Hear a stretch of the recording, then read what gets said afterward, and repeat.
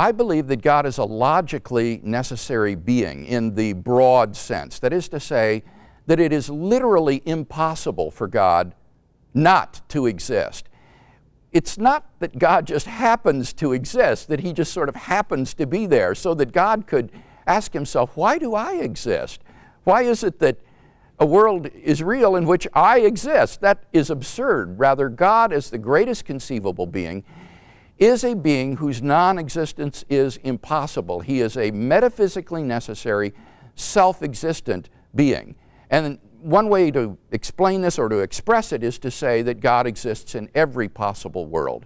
There is no possible world in which God does not exist. And what do you mean by that?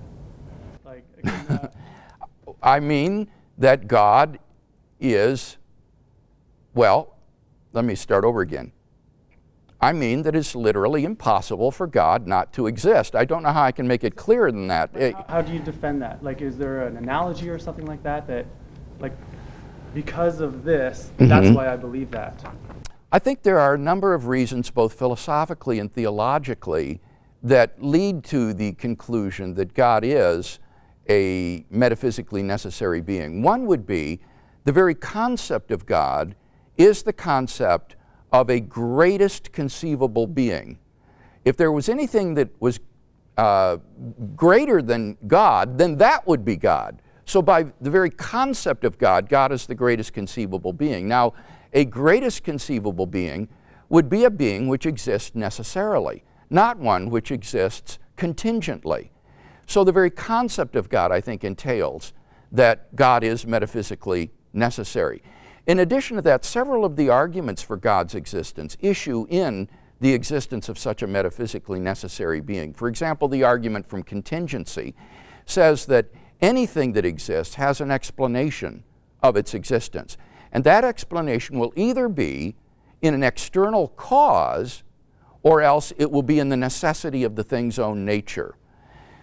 Now, that implies that all contingent things will have causes of their existence. But God cannot have a cause of his existence, otherwise he wouldn't be God. That means that God exists by a necessity of his own nature, and that therefore God exists necessarily. Or again, the moral argument roots morality and moral values in God, but moral values, at least some of them, seem to exist necessarily. There's no possible world in which it is morally justified to torture little children because it's fun. There are moral truths that hold in every possible world. And if morality is grounded in God, that implies, therefore, that God exists in every possible world and is therefore a metaphysically necessary being. So for all of those philosophical reasons, I think we have good grounds for thinking that if there is a God, he must be metaphysically necessary in his being. Theologically speaking, I think this only makes good sense. God is a being which is worthy of worship, a most perfect being.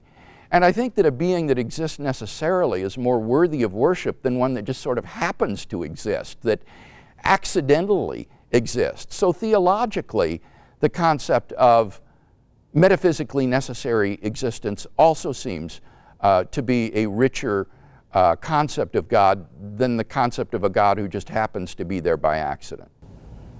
Great, thanks for elaborating.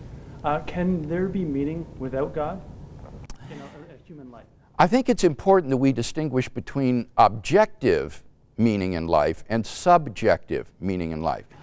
By objective meaning in life, I mean that there is a meaning of human existence in the universe which is independent of human opinion. By subjective meaning, I mean a meaning or significance that a person makes up himself and attributes to his own life.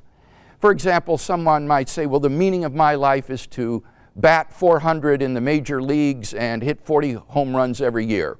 And that would be his subjective meaning in life. But there may or may not be an objective meaning and reason for his existence. And what I would argue is that if God does not exist, then on atheism, it's very difficult to see that there is any objective meaning to existence. Human beings are simply accidental byproducts of nature which are doomed to perish individually and collectively in a relatively short time. The whole universe will eventually perish. as all the stars burn out and energy is used up, the universe will finally be simply a cold, dark, lifeless place of expanding particles into the endless void. No light, no heat, no life, just endless darkness as the universe expands forever. So it seems to me that in the absence of God, there really is no objective meaning and purpose to human existence or to the universe. And a great many atheists, I think, would agree with that. What that means is then that the petty projects and purposes that we invent for our lives are really just subjective illusions. They're not really objectively or ultimately meaningful. They're just, in a sense, like shuffling deck chairs on the Titanic. Meaningless activities which we can engage in, but we're all going down. That's depressing. It is. Along the same line, can we be good without God?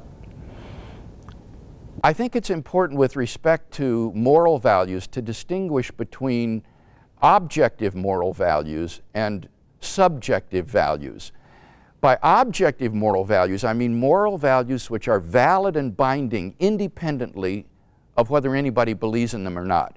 Subjective values would be expressions of personal taste, like vanilla tastes better than chocolate. That may be true for you, but it's not true for me.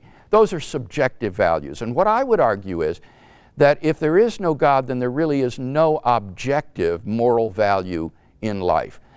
In the absence of God, moral values seem to be either just expressions of personal taste or else the byproducts of sociological and biological evolution, just as a troop of baboons will exhibit altruistic and sacrificial and cooperative behavior because natural selection has determined it to be advantageous in the struggle for survival. So their primate cousins, Homo sapiens, have evolved a sort of herd morality which is useful in the propagation of our species. But there doesn't seem to be anything about Homo sapiens that makes this morality objectively true. If you were to rewind the film of evolution and shoot it again, a very different sort of creature might have evolved with a very different set of moral values. And it would be arbitrary for us to think that our moral values are objective and true in comparison to that other creatures. To think that human beings are somehow special and their morality objectively true seems to be guilty of speciesism, which is an unjustified bias and preference in favor of one's own species. So it seems to me that without God as a transcendent anchor for moral values and duties, that there really is no objective right and wrong, good and evil. Everything becomes socioculturally relative, and there's no one to say that you are right and I am wrong. Now that has profound consequences.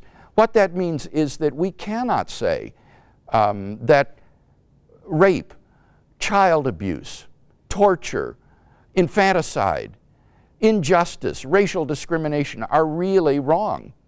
Nor can we say that love, tolerance, open-mindedness, self-sacrifice, and charity are really good. For in a universe without God, good and evil as such do not exist.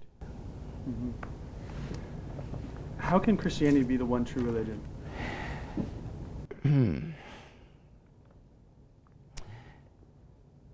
There are a multitude of religions in the world, and these are all mutually contradictory with one another. Although college sophomores often like to say, well, they're all true, I think anyone who has really studied the world's religions understands that these cannot all be true because they make contradictory claims. Just compare Islam and Buddhism, for example. Islam asserts that there is a personal God who is omnipotent, omniscient, and holy, who created the world, that people are responsible to believe in Him and perform good works that will merit salvation, and that after this life there awaits us either everlasting heaven or hell. Buddhism believes none of these things. According to Buddhism, there is no personal God.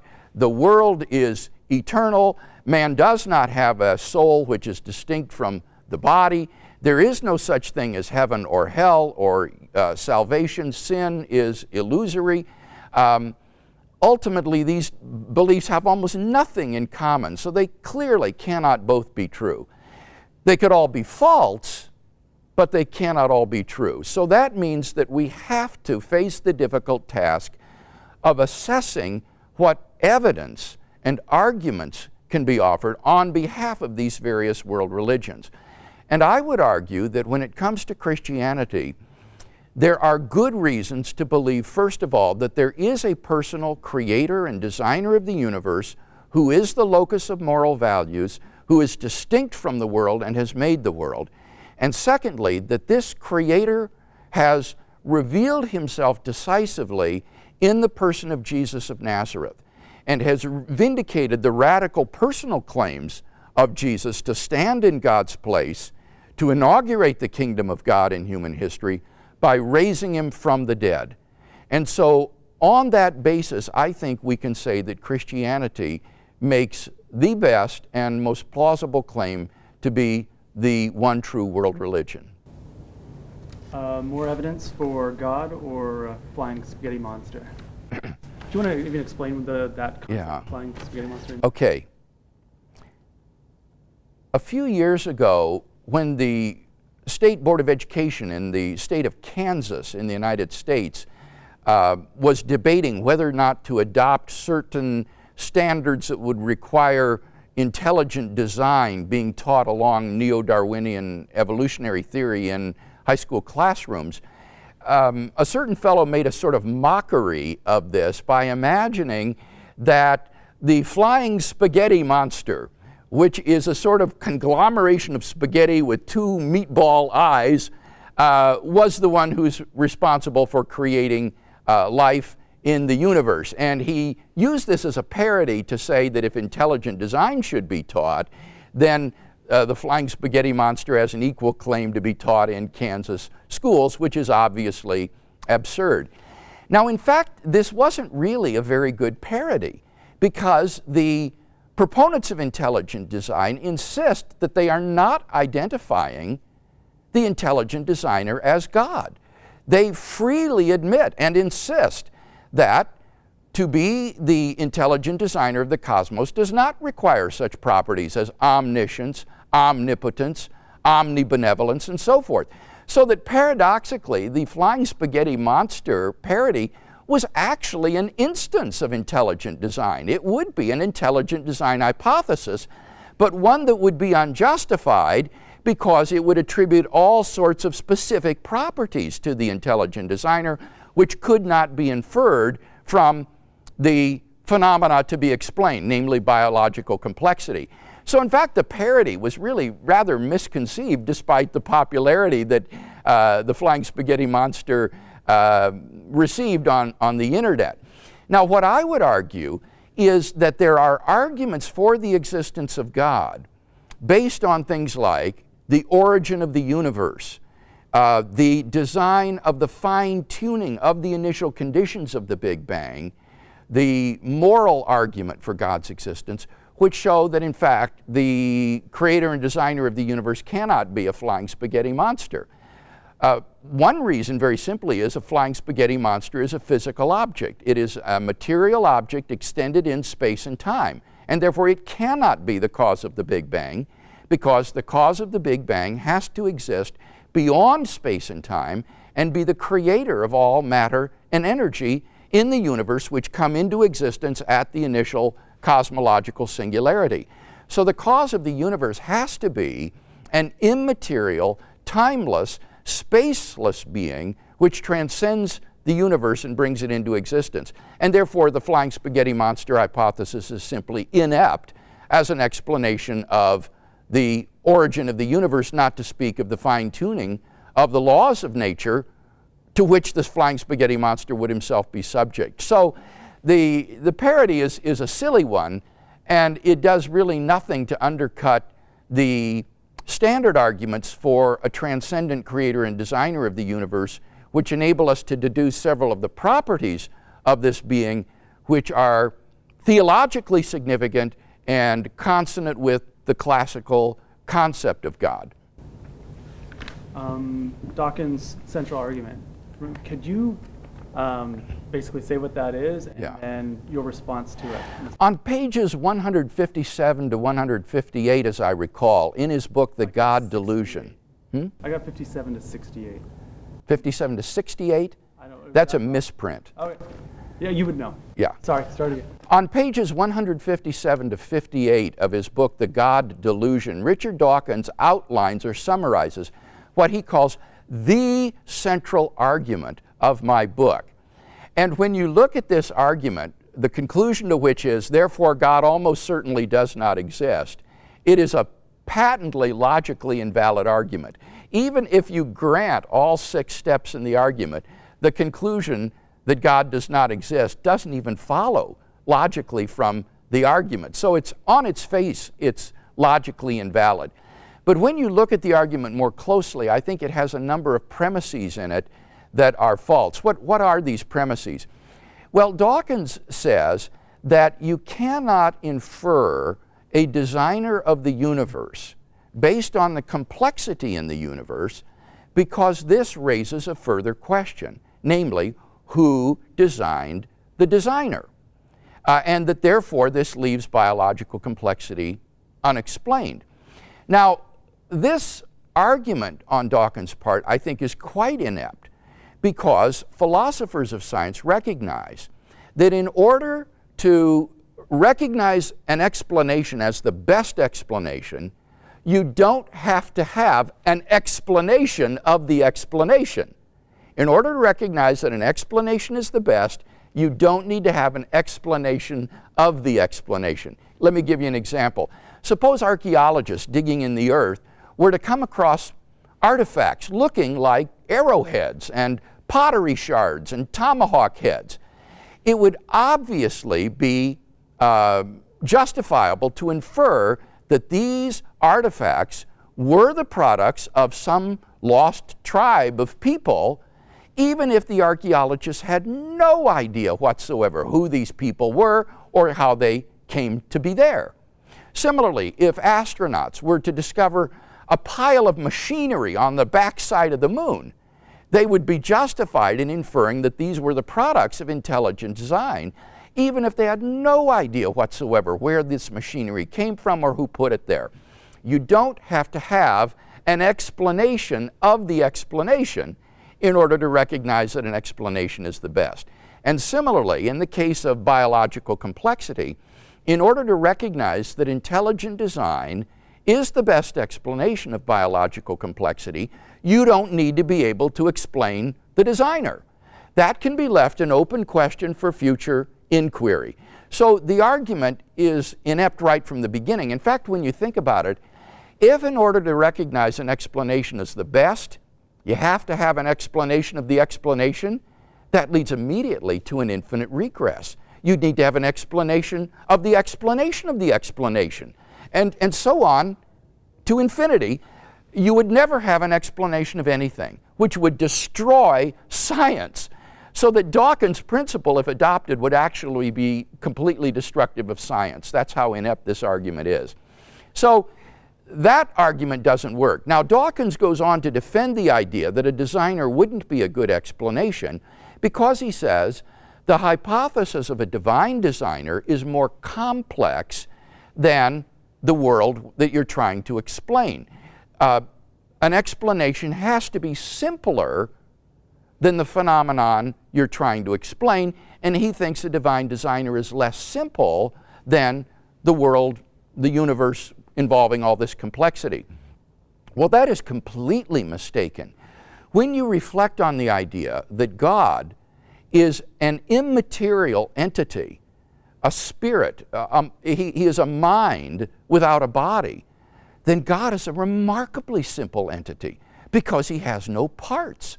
There's no composition in God's being. An unembodied mind is an entity that is startlingly simple in its nature.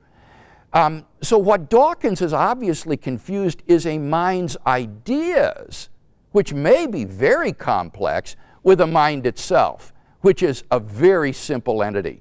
So insofar as you're interested in simplicity, the hypothesis of a divine designer is certainly an advance in simplicity for what it's worth, over the unexplained contingent complexity of the universe with all its diversity and variations. So I think that Dawkins' central argument is just hopeless. It is logically invalid on the face of it, and moreover, it's predicated upon premises that I think are clearly false. Why is he so widely read and accepted then, would you say? Dawkins is so popular because people are so unsophisticated in their thinking. I am just appalled, honestly, when I read the stuff that's out there on the internet, how inept and sophomoric people are. I'm afraid that many young people just have never been exposed to good, rigorous argumentation with regard to these matters, and therefore they're taken in by these Dawkins types because they've never really read sophisticated treatments of these problems. And to a certain extent, I think the church bears a responsibility for this because we've so dumbed down our preaching and our Sunday school classes and our devotional thoughts that we're not equipping Christians to be sophisticated in their grasp of Christian doctrine and theology, much less in what good reasons there are to believe it. But in general, our educational system, I'm afraid, has been terribly dumbed down so that people cannot think logically, they're uninformed, and they're unfamiliar with the sophisticated literature that is out there on these topics, and so they're taken in by this sort of sophomoric material that people like Dawkins and Harris and Hitchens put out.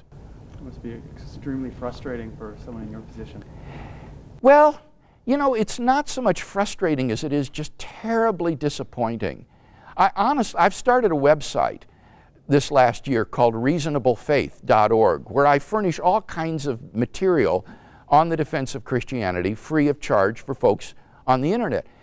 And I must tell you, I am just flabbergasted at some of the silly, ignorant responses to this material. I try to anticipate what would be good objections to my arguments, how one might respond and then answer them in advance.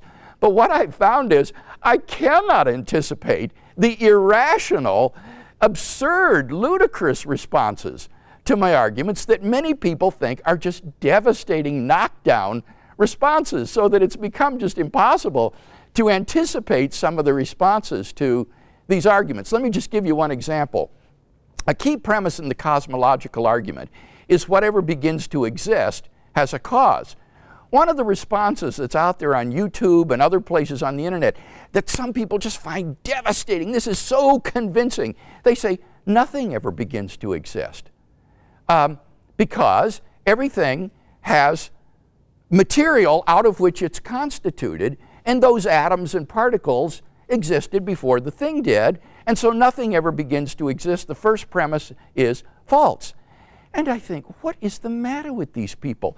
Have I always existed? Didn't I begin to exist at the moment, say, when my father's sperm and mother's egg came into union? Did I exist before the union of the sperm and the egg? If so, where was I? Who was I? Was I around during the Jurassic Age when the dinosaurs were about? Have I always existed? That is so absurd to think that I never began to exist, even though the material stuff out of which I've made existed before me. So I don't know what's the matter with these people. Do they think that the Earth didn't begin to exist, that our galaxy didn't begin to exist, that once upon a time in the history of the universe, that there were people and dinosaurs about, say, 10 billion years ago? That would be absurd. There were no galaxies at that time. So how can they say that the dinosaurs and people have always existed?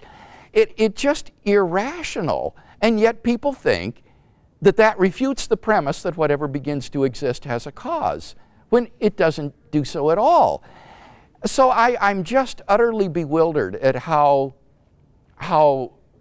people are taken in by this sort of lack of rigorous thinking, and I'm just doing my best to try to counter it in whatever way I can.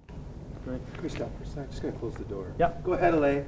Do you feel comfortable answering about the Jurassic Age and where that fits in with the Christian worldview? Oh, I'd rather not. I don't see any reason to raise the ire of young Earth creationists. What would that serve? Oh yeah, off camera then you can tell me what the answer All right. is. Can we trust our core beliefs to a book written thousands of years ago by men? I often hear students say, well, you can't know anything that happened 2,000 years ago. And what they fail to understand is that the crucial gap is not the gap between the time of the evidence and today. The crucial gap is the gap between the evidence and the events described by that evidence. If the gap between the events and the evidence for those events is short, then how long it has been since the evidence in those events to the present day is just irrelevant.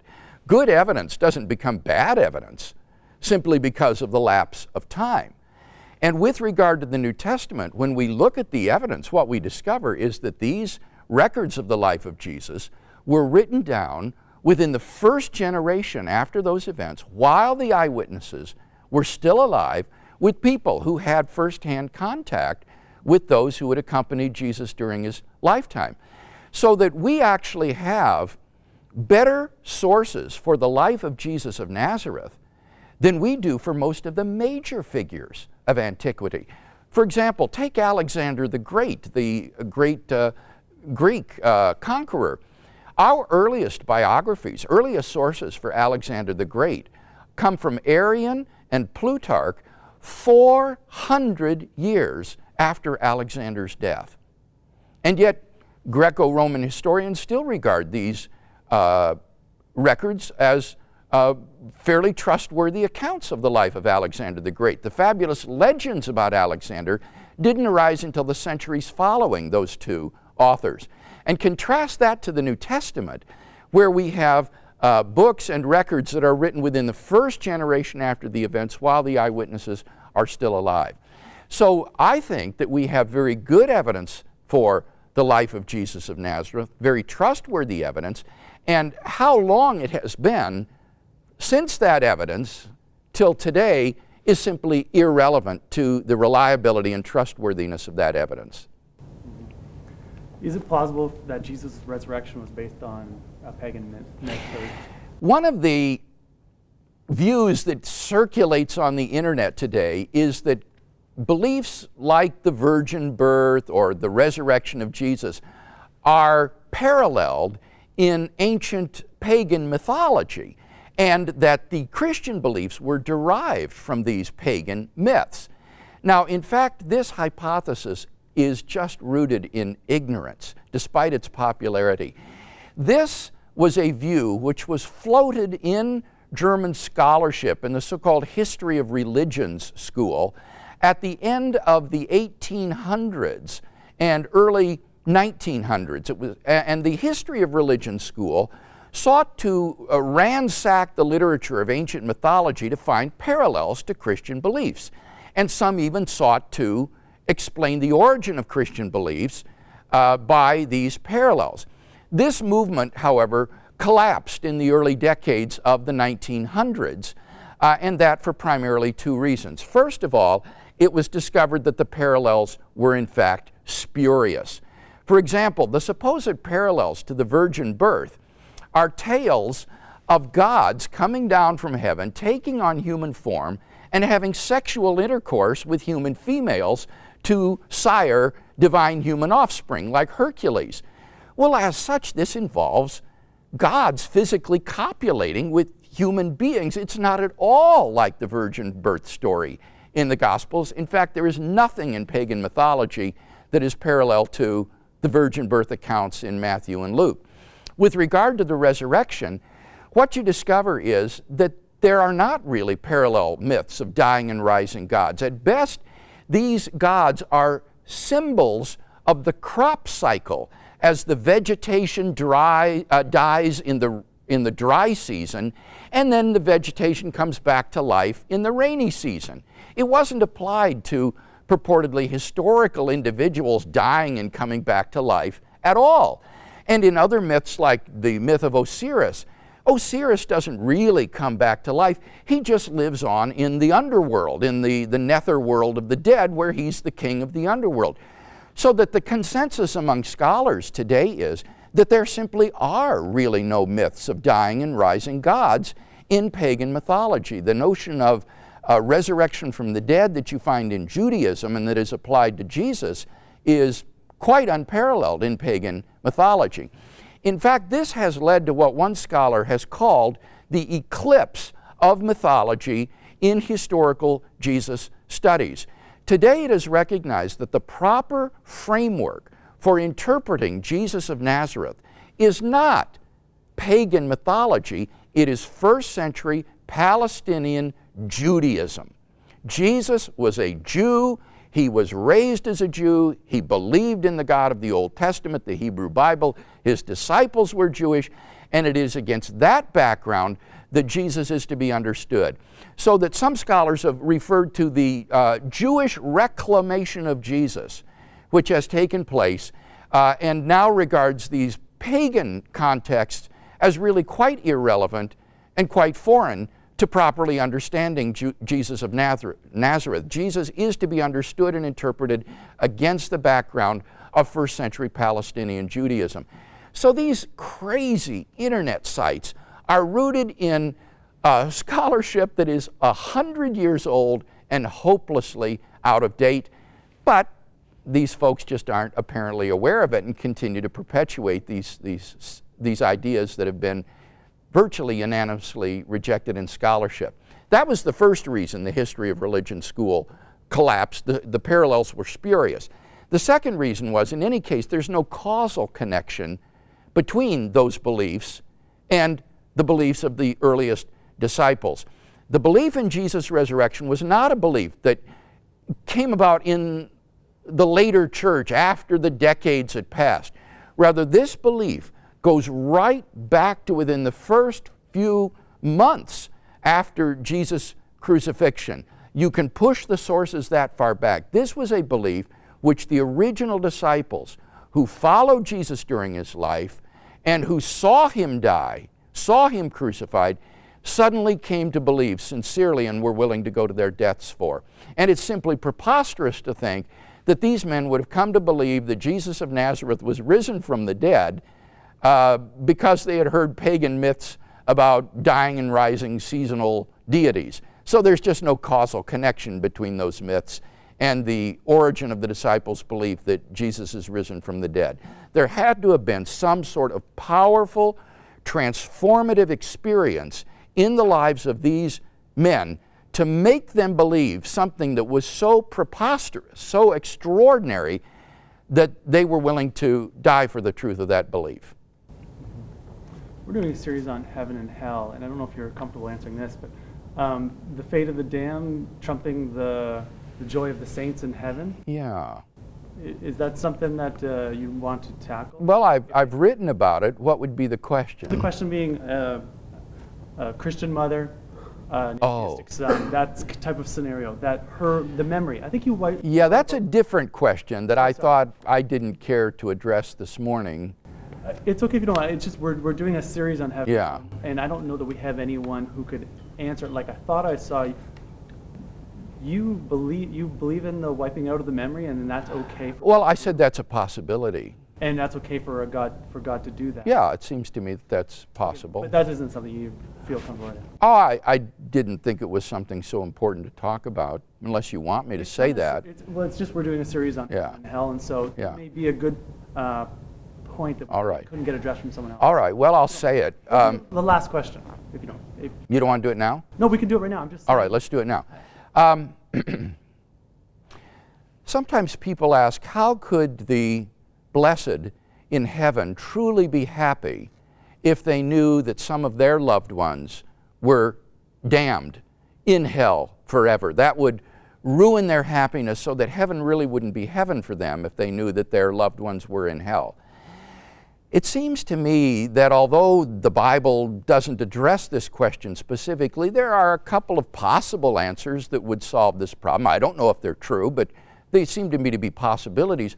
One would be that God removes the memory of those loved ones from the minds of the blessed in heaven, so that only God is aware of and knows the pain of the fact that those people are in hell, so that one would simply not remember those persons and therefore would not be aware of their being in hell.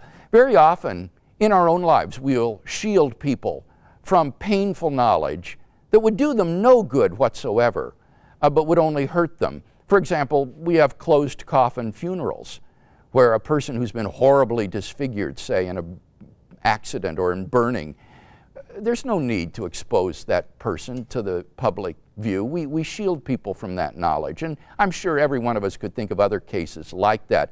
I don't see any reason to think that God would be doing anything wrong. It seems to me, on the contrary, it would be merciful to remove the knowledge or memory of the damned from the minds of the saved who have loved ones in hell. So I don't have any problem with that. But here's another alternative. Let's suppose that he doesn't do that, that in fact the saved do have knowledge of their loved ones and they are aware that they're damned, but that the experience of being in the immediate presence of Christ in heaven is so overwhelming that it simply means that one never is aware of the presence of those loved ones in hell. It just doesn't come to mind because of the overwhelming joy and happiness of being in the presence of Christ. This seems to me to be very plausible. In that case, they have the knowledge, but they're simply not aware of it.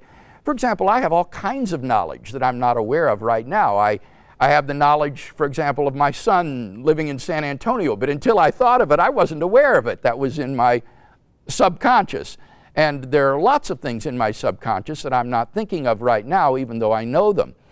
So similarly, in heaven, it could be that the experience of being in Christ's presence is so overwhelmingly joyful, so rapturous, that the saved simply never think about the loved ones who are lost in hell, and in that case, then they are not pained by that knowledge. That seems to me to be a very plausible answer.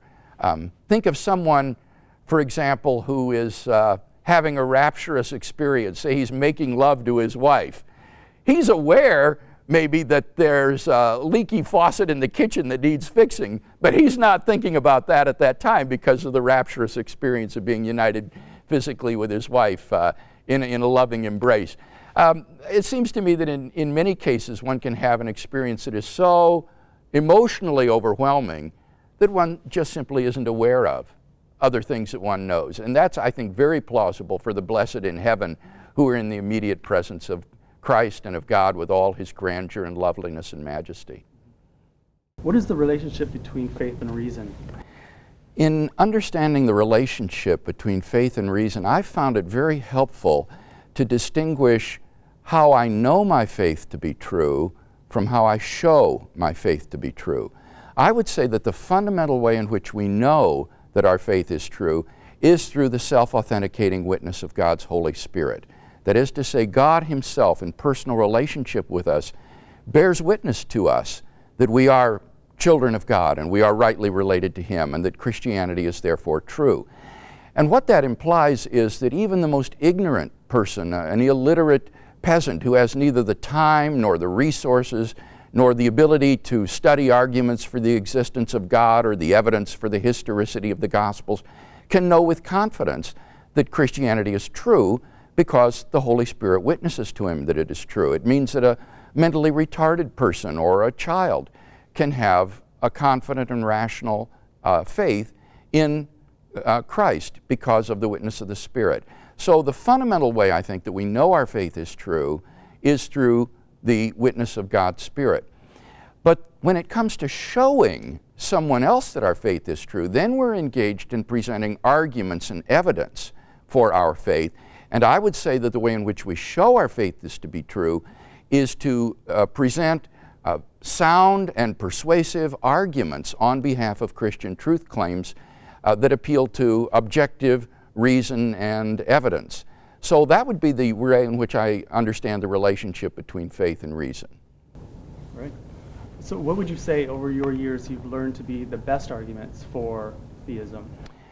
In my experience, I think there are quite a number of different arguments for the existence of God. Let me just list some of them that I've defended in my work.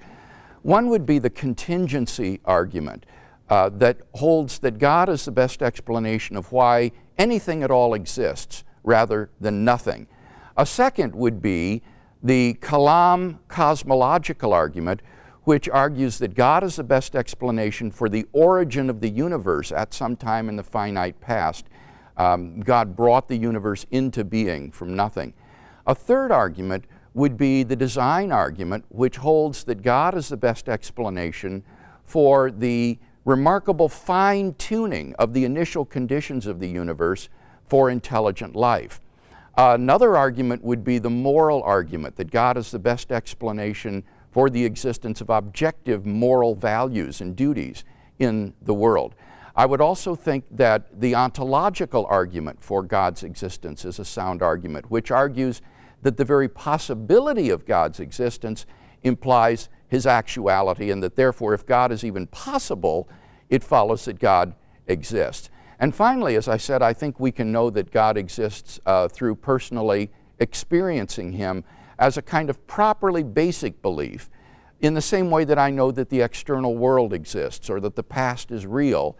I can know that God exists in that same sort of immediate, non-inferential way. So that would just be a list of various arguments for God's existence that I think are sound and persuasive arguments, and that I've defended in detail in my written work. Right. A question that isn't on here, but how can we trust experience? How can you list that in? Why is experience something we can trust?